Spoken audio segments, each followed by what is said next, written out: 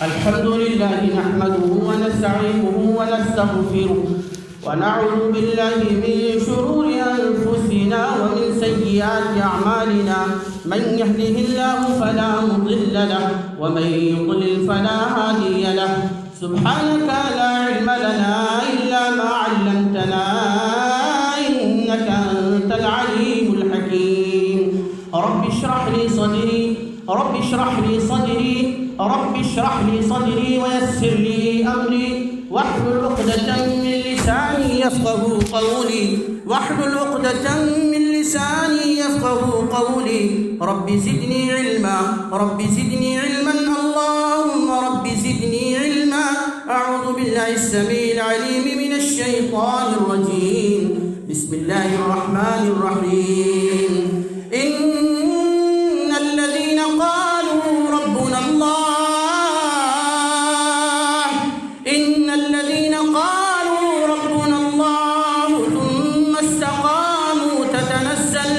تتنزل عليهم الملائكة ألا تخافوا ولا تحزنوا وأبشروا بالجنة التي كنتم توعدون کٹھن ہے بہت راہ حق کی مسافت کٹھن ہے بہت راہ حق کی مسافت کٹھن ہے بہت راہ حق کی مسافت بہت متحد ہو کے چلنا پڑے گا بہت متحد ہو کے چلنا پڑے گا وہ ایمان جس سے جلائے نا آتش وہ ایمان جس سے جلائے اسی ماں کی خاطر بھی جلنا پڑے گا بدل دینا تم کو زمانے کی رسمیں بدل دینا تم کو زمانے کی رسمیں تمہیں نظم دنیا بدلنا پڑے گا بہت متحد ہو کے چلنا پڑے گا اللہ رب العالمین کے لیے سبھی طرح کی عظمت و کبریائی بزرگی و برتری حمد و مدح و ثنا اور شکر کے سبھی کلمات و الفاظ لائق اور زیبا ہیں درود و سلام اللہ کے سبھی بھیجے گئے نبیوں پیغمبروں رسولوں کے اوپر خاص طور پر نبی امی محمد بن عبداللہ کے اوپر بیش بہا درود و سلام نازل ہوں اللهم صل على محمد وعلى آل محمد كما صليت على إبراهيم وعلى آل إبراهيم إنك حميد مجيد اللهم بارك على محمد وعلى آل محمد كما باركت على إبراهيم وعلى آل إبراهيم إنك حميد مجيد آج کا یہ خطبہ جمعہ جو لگاتار آپ کے اس مبارک گاؤں بورانیہ میں ضلع جمعیت اہل حدیث سدھارتھ نگر کے اشراف میں ہو رہا ہے موضوع خطبہ جمعہ ہے آج کا نواقض اسلام اور آج کا مسلمان مفہوم کیا ہے اس کا نواقض اسلام اسلام کے مخالف چیزیں جتنی بھی ہیں ان کو نواقض کہا جاتا ہے لغوی اعتبار سے نواقض ناقضۃ کی جمع جس کا معنی ہے توڑ دینے والی ٹوٹ پیدا کر دینے والی سیدھا سا مفہوم ہے کہ ہم مسلمانوں کی طرف سے جو بھی عمل اسلام کے مخالف جائے گا وہی نواقض اسلام ہے اب آج کل کے مسلمان ہم ہی ہیں اپنے رویے سے اپنے عادات سے اپنی کردار سے اپنے چال چلن سے اللہ کی خاطر اپنی عبادات سے یا اللہ کے علاوہ دوسروں کی خاطر اپنی اطاعت سے جو کچھ ہم کرتے ہیں یعنی ہم مسلمان وہی آج کے مسلمانوں کے رویوں کو کہا جائے گا کہ آپ کس طرح سے زندگی گزار رہے ہیں آپ کی زندگی اسلام کے اصولوں کے مطابق ہے تو ٹھیک اگر اسلام کے اصولوں کے مطابق نہیں ہے اسلامی رویے سے ہٹ کر آپ اپنا منمانی زندگی گزار رہے ہیں اپنی منچاہی زندگی بتا رہے ہیں اپنی خواہش نفس کے پیچھے جو بھی جی میں آیا وہی کر رہے ہیں اللہ اور اس کے رسول جناب محمد رسول اللہ صلی اللہ علیہ وسلم کے فرامین کو پس پشت ڈال رہے ہیں، کوئی حیثیت نہیں دے رہے ہیں۔ اسلام کیا کہتا ہے؟ مسلمان کیسا ہونا چاہیے؟ کسی بھی امر یا فعل یا عمل کو انجام دینے کے لیے ہمارے دل میں یہ خیال نہیں آتا ہے کہ قرآن اور سنت ہماری اس فلاں عمل کے تعلق سے کہتے کیا ہیں۔ اب اگر منمانی زندگی گزاری جائے تو خلاصہ یہی قائم کیا جا سکتا ہے کہ آپ کی پوری زندگی اسلام کے نواقص کے تحت چل رہی ہے، اسلام کی موافقات میں نہیں چل رہی ہے۔ اللہ تعالیٰ سے دعا کر لیتے ہیں کہ اللہ تعالیٰ ہمیں مکمل طور پر ایمان کی ڈگر پر قائم رہنے اور اس پر مستقیم اور ثابت قدم رہنے کی توفیق عطا کرنا، کیونکہ یہاں پر سوال ہے ایمان کا، یہاں پر سوال ہے اسلام کا۔ ظاہر سی بات ہے، اسلام صرف زبانی دعوے کا نام نہیں ہے، ایمان صرف زبان سے کہہ لینے کا نام نہیں ہے۔ لوگ کہتے ہیں آسان ہے مسلمان ہونا، یہ شہادت کہے الفت میں قدم رکھنا ہے، لا الہ الا اللہ محمد رسول اللہ، اسی کلمے کے اقرار کے ذریعے ہم مسلمان ہیں۔ لیکن یہ کلمہ کن چیزوں کا تقاضا کرتا ہے؟ کیا اس کی شرطیں ہیں؟ جب کلمے کی شروط کے مطابق اور تقاضوں کے مطابق ہماری زندگی جائے گی تبھی ہم اپنے بارے میں یہ رائے قائم کر سکتے ہیں کہ ہم اس دنیا میں بھی کامیاب ہوں گے اور اس دنیا میں بھی انشاءاللہ کامیاب ہوں گے۔ لیکن صرف زبانی دعویٰ ہے، عمل سے مکمل طور پر ہم خالی ہیں، ہمارے یہاں اللہ کو راضی کرنے کے لیے عبادات نہیں ہے، اطاعات نہیں ہے، ذکر و اذکار نہیں ہے، اس کے برخلاف شریعت کے مخالف جتنی چیزیں ہیں اپنی من مرضی کے مطابق ان تمام چیزوں کو انجام دیتے ہیں، تو پھر یہی یہ رائے بھی قائم کر لینی چاہیے کہ آسان نہیں ہے جنت کے اندر داخلہ پانا۔ یہ تو جنت کے اندر داخلہ کسی کے لیے بھی آسان نہیں ہے۔ نبی اکرم جناب محمد رسول اللہ صلی اللہ علیہ وسلم نے بھی اپنے تعلق سے کہا کہ اگر اللہ تعالیٰ مجھے اپنی رحمت میں نہ ڈھانپ لے تو میرے لیے بھی جنت کے اندر داخلہ آسان نہیں ہے۔ جبکہ سرور کائنات جناب محمد رسول اللہ صلی اللہ علیہ وسلم انبیاء میں سے ہیں، انبیاء کی ذات گناہوں سے معصوم ہوتی ہے، معصوم عن خطا ہوتے ہیں۔ اللہ کے نبی صلی اللہ علیہ وسلم کو دنیا ہی کے اندر جنت کی بشارت اور خوشخبریاں کئی بار سنا دی گئی، اس میں کوئی شک نہیں ہے کہ نبی اکرم صلی اللہ علیہ وسلم جنت سے محروم کر دیے جائیں گے، نہیں، بلکہ آپ صلی اللہ علیہ وسلم جنت کے اندر سب سے پہلے جنت کے دروازوں پہ جا کر کے جنت کا دروازہ کھٹکھٹائیں گے۔ لیکن اس کے باوجود اگر نبی کریم صلی اللہ علیہ وسلم یہ کہتے ہیں کہ میرے لیے بھی جنت کی راہ آسان نہیں ہے، تو آپ صلی اللہ علیہ وسلم اپنے لوگوں کو، اپنے صحابہ کو، اپنی ملت اور امت کے افراد کو تعلیم دینا چاہتے ہیں کہ لوگوں شریعت کے مطابق زندگی گزارنے کی کوشش کرو۔ آپ کا ہمارا ہر عمل جو شریعت کے مطابق نہیں ہوگا وہ نواقض اسلام میں شامل مانا جائے گا۔ اگرچہ علماء کہتے ہیں کہ نواقض اسلام کچھ ایسی خاص چیزیں ہیں جن کی پابندی کرنا اور جہاں تک نہ پہنچنے کی کوشش کرنا ایک مسلمان کے حق میں انتہائی بہتر قرار پائے گا۔ مثال کے طور پر کوئی بندہ اگر اللہ کی ذات میں شرک کرتا ہے تو پھر وہ نواقض اسلام کا ارتکاب کر رہا ہے۔ کوئی شخص اللہ تعالیٰ اور اپنے درمیان بیچ میں کسی کو واسطہ بنا رہا ہے تاکہ اس واسطے کے ذریعے، اس کی سفارش کے ذریعے، اس کی شفاعت کے ذریعے، اس کی ذات کے ذریعے اللہ تعالیٰ تک پہنچا جا سکے، تو یہ بھی نواقض اسلام میں سے ایک ناقص کا ارتکاب کر رہا ہے۔ اگر کوئی شخص جان بوجھ کر کے مشرکین کے تعلق سے ڈھیلا رویہ اختیار کرتا ہے اور ان کو کافر نہیں گردانتا ہے، وہ بھی نواقض اسلام میں سے ایک ناقص کا ارتکاب کر رہا ہے۔ اگر کوئی شخص نبی کریم جناب محمد رسول اللہ صلی اللہ علیہ وسلم کی لائی ہوئی شریعت کا مذاق اڑا رہا ہے، وہ بھی اسلام کے مخالف عمل کر رہا ہے۔ اسی طرح اگر کوئی شخص نبی اکرم جناب محمد رسول اللہ صلی اللہ علیہ وسلم کی ذات کو اپنے اعتبار سے ناپسندیدہ قرار دے رہا ہے، وہ بھی اسلام کے مخالف عمل کر رہا ہے۔ اگر کوئی شخص ایسا ہے جو اس شریعت کے تعلق سے یہ عقیدہ رکھتا ہے کہ شریعت اجازت دیتی ہے کہ اللہ کے درمیان واسطے اور وسیلے بنائے جائے، وہ بھی اسلام مخالف کام کرتا ہے۔ اگر کوئی شخص یہ عقیدہ رکھتا ہے کہ جناب محمد رسول اللہ صلی اللہ علیہ وسلم کی لائی ہوئی شریعت سے افضل شریعت آپ صلی اللہ علیہ وسلم کے بیان کیے ہوئے اقوال سے دوسروں کے اقوال زیادہ بہتر اور افضل ہیں، وہ بھی اسلام مخالف عمل کر رہا ہے۔ اگر کوئی شخص یہ عقیدہ رکھتا ہے کہ اسلام سے، دین سے اعراض کرنا اس کے لیے جائز ہے، وہ بھی اسلام مخالف عمل کر رہا ہے۔ یہ چند ایسی باتیں ہیں جو موٹی موٹی ہیں، لیکن ان موٹی موٹی چیزوں سے دعا کر لینی چاہیے کہ اللہ تعالیٰ ہماری ان تمام چیزوں کی حفاظت فرمائے۔ کیوں؟ اس لیے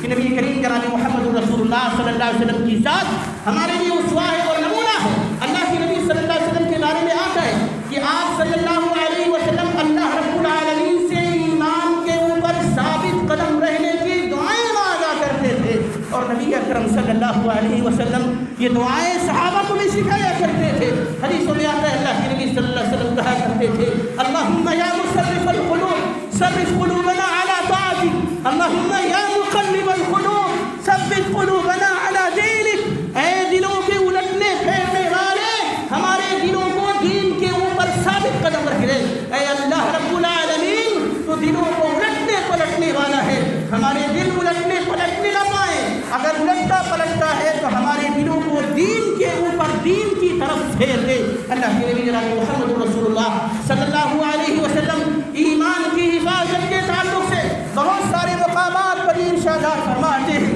نبی اکرم صلی اللہ علیہ وسلم نے فرمایا لوگوں، ایک زمانہ ایسا بھی آئے گا کہ صبح کے وقت ایک بندہ مومن ہوگا لیکن شام ہوتے ہوتے وہ کافر ہو جائے گا، شام کو وہ مومن ہوگا لیکن صبح کے آنے تک وہ کافر ہو جائے گا۔ ایسا اس لیے ہوگا کہ وہ بندے مسلمان نام کا مسلمان ہوگا، دنیا کی رنگینیوں کے اندر، دنیا کی رعنائیوں کے اندر، دنیا کی خرافات کے اندر، دنیا کی رسم و رواج کے اندر مبتلا ہو جائے گا، مدہوش ہو جائے گا، اور جب ایسا ہوگا تو اللہ کی ذات کو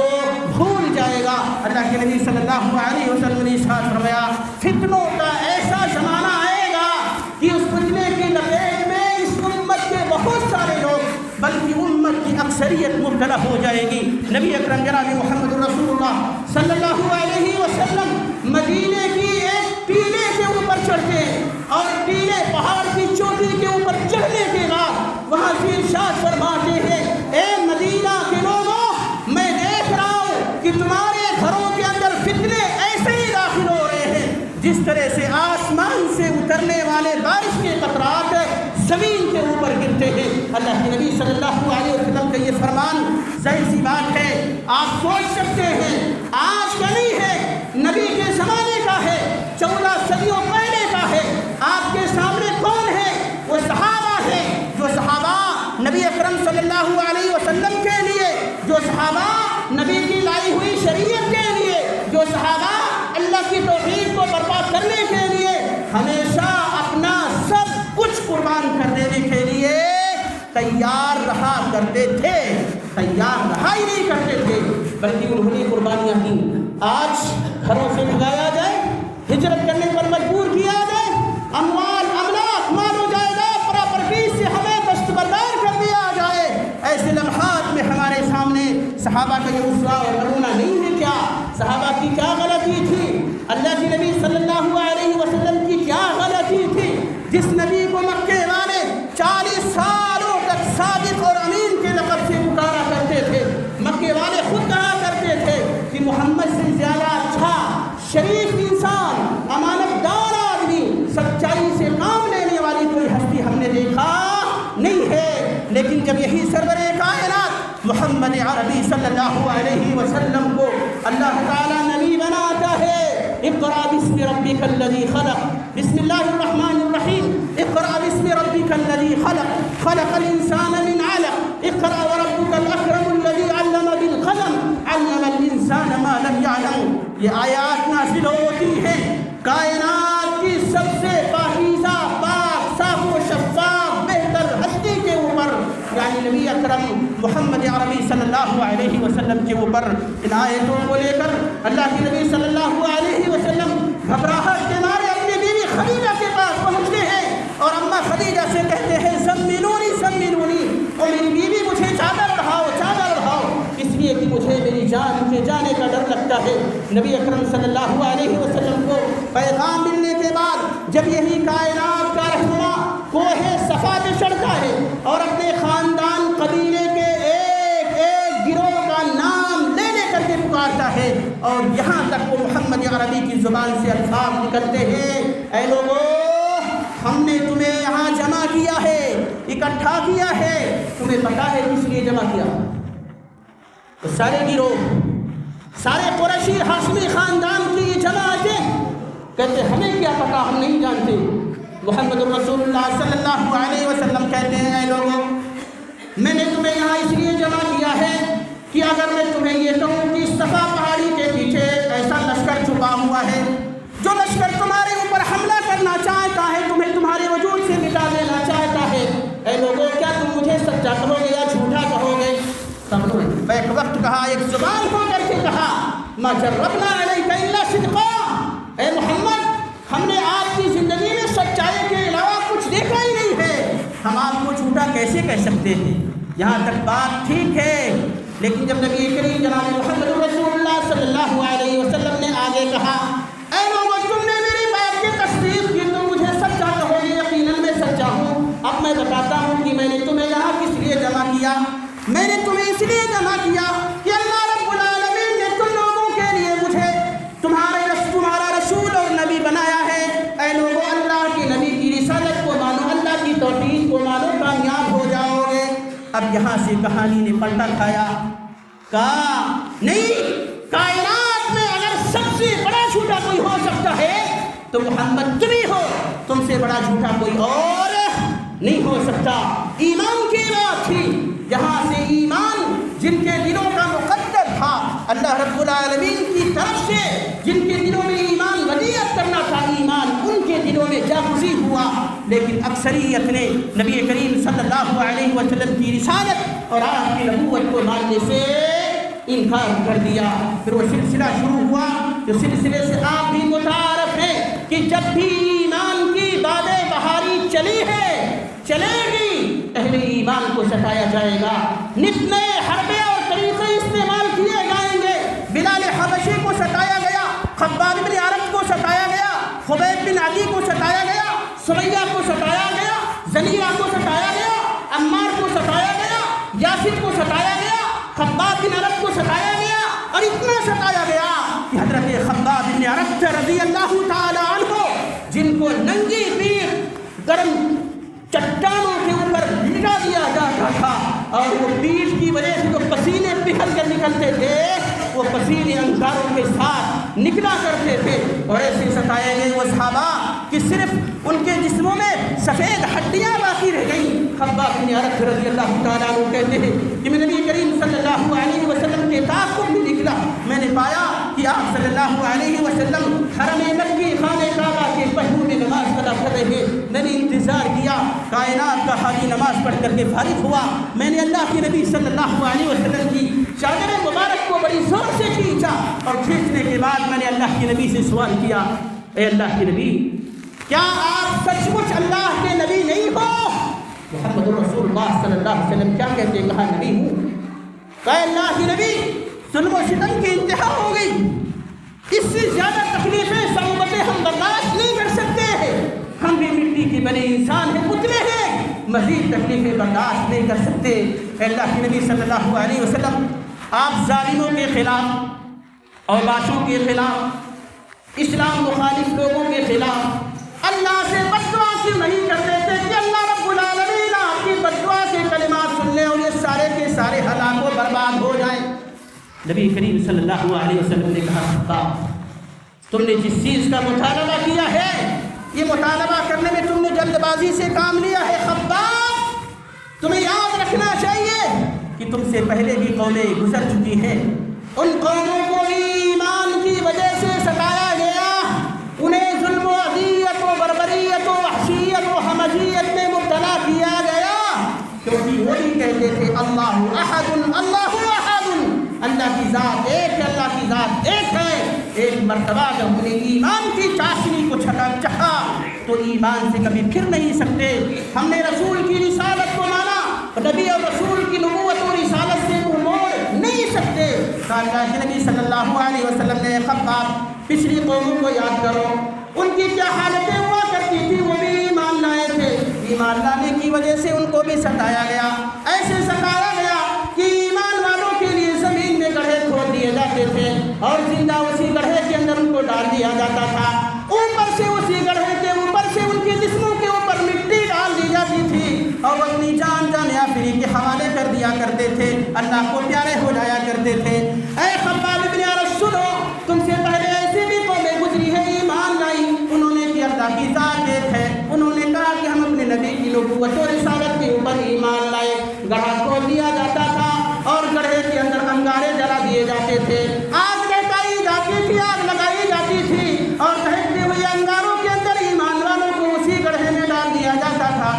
پر بس نہیں بلکہ آری لائی جاتی تھی، لوہے کی آری۔ اس لوہے کی آری کو چنگاریوں کے ذریعے، آگ کے انگاروں کے ذریعے خوب اچھی طریقے سے گرم کر دیا جاتا تھا، اور گڑھے کے اندر جو مومنین موجود ہوتے تھے، ایمان والے جو موجود ہوتے تھے، اسی لوہے کی آری کو جو گرم ہے، آگ سے مکمل طور پر سلگائی گئی ہے، گرمائی گئی ہے، اسی آگ کی آری کے ذریعے ان کے سروں کو چیر دیا جاتا تھا، ان کے سروں کے تو ٹکڑے کر دیے جاتے تھے۔ اے خباب، پھر بھی انہوں نے اللہ پر ایمان لانے سے گریز نہیں کیا، انہوں نے اللہ کی ایمان سے منہ نہیں پھیرا۔ ابھی تمہاری کیا کنڈیشن ہے؟ ان کے مقابلے میں تمہیں جو عذاب دیا جا رہا ہے بہت ہلکا ہے۔ لیکن نبی کریم صلی اللہ علیہ وسلم نے یہ بھی فرمایا، خباب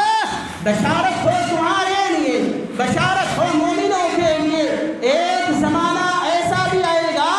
کہ اسلام اس طرح غالب ہوگا، اس طرح غالب ہوگا کہ حضرموت سے صنعاء جو یمن کے دو شہر ہیں، حضرموت سے صنعاء تک ایک عورت اکیلے سفر کرے گی، یعنی اسلام مکمل طور پر غالب ہو جائے گا اور امن و امان قائم ہو جائے گا۔ امن و امان نبی کریم صلی اللہ علیہ وسلم کے زمانے کے بعد حضرت عمر فاروق اعظم رضی اللہ تعالیٰ عنہ کے زمانے میں قائم ہوا۔ عمر کی عدالت کے آگے، عمر کے انصاف کے آگے، عمر کی قوت ایمانی کے آگے ساری کافر طاقتیں لرزہ پر اندام ہو گئی تھی۔ آپ اپنے حالات کے لیے ہمیں کیا کرنا ہوگا؟ نبی اکرم صلی اللہ علیہ وسلم نے یہ بھی پیشین گوئی فرمائی تھی کہ لوگوں، ایک زمانہ ایسا بھی آئے گا کہ ساری کافر طاقتیں قومیں تمہارے اوپر پھر پڑیں گی اور تم کو ایسے ہی ہضم کرنے کی کوشش کرنے میں لگ جائیں گی جس طرح سے جب کوئی آدمی کھانے کے دسترخوان پر بیٹھتا ہے تو دسترخوان کے کھانے کو پورے طور پر کھا لینے کی کوشش میں لگ جاتا ہے۔ صحابہ نے کہا تھا اللہ کے نبی کیا اس وقت ہماری تعداد کم ہوگی؟ اللہ کے نبی نے کہا تھا نہیں، تعداد کم نہیں ہوگی، تعداد تو بہت زیادہ ہوگی۔ کہا صحابہ نے اللہ کے نبی پھر کیوں ہوگا؟ کہا اللہ کے نبی صلی اللہ علیہ وسلم نے ایسا اس لیے ہوگا کہ اللہ تعالیٰ تمہارے دلوں سے دشمنوں کا خوف نکال دے گا اور تمہارے دلوں میں وہن ڈال دے گا۔ صحابہ کہتے ہیں اللہ کے نبی وہن کیا چیز ہے؟ اللہ کے نبی نے فرمایا تھا حب الدنیا و کراہیت الموت، تم موت کو ناپسند کرنے لگ جاؤ گے اور دنیا سے جی لگانے لگ جاؤ گے۔ اللہ رب العالمین سے دعا کرتے رہا یعنی سننے سے زیادہ نیک عمل کرنے کی توفیق عطا فرما، کتاب و سنت اور اس کی تعلیمات پر ثابت قدم رہنے کی توفیق عطا فرما۔ ہم میں سے جو لوگ تجھے پیارے ہو چکے انہیں جنت الفردوس نصیب فرما، جو مریض ہیں الہ انہیں مکمل طور پر شفائے عاجل نصیب فرما، ان کو شفائے کامل و عاجل نصیب فرما، مریضوں کو شفائے کامل و عاجل نصیب فرما۔ جب تک زندہ رکھ ایمان پر، ایمان کے راستے میں جتنی بھی رکاوٹیں آئے الہ ہم برداشت کرنے کی پوزیشن میں نہ ہو تو ہمارے اندر ہمت اور جذبہ پیدا عطا فرما۔ الہ العالمین ہمارا خاتمہ ایمان پر ہو، آمین۔ وآخر دعوانا الحمدللہ رب العالمین۔ ان اللہ وملائکتہ یصلون علی النبی یا ایھا الذین آمنوا صلوا علیہ وسلموا تسلیما۔ اللهم صل علی محمد وعلى آل محمد كما صليت على ابراہیم وعلى آل ابراہیم انك حمید مجید۔ اللهم بارک علی محمد وعلى آل محمد كما بارکت علی ابراہیم وعلى آل ابراہیم انك حمید مجید۔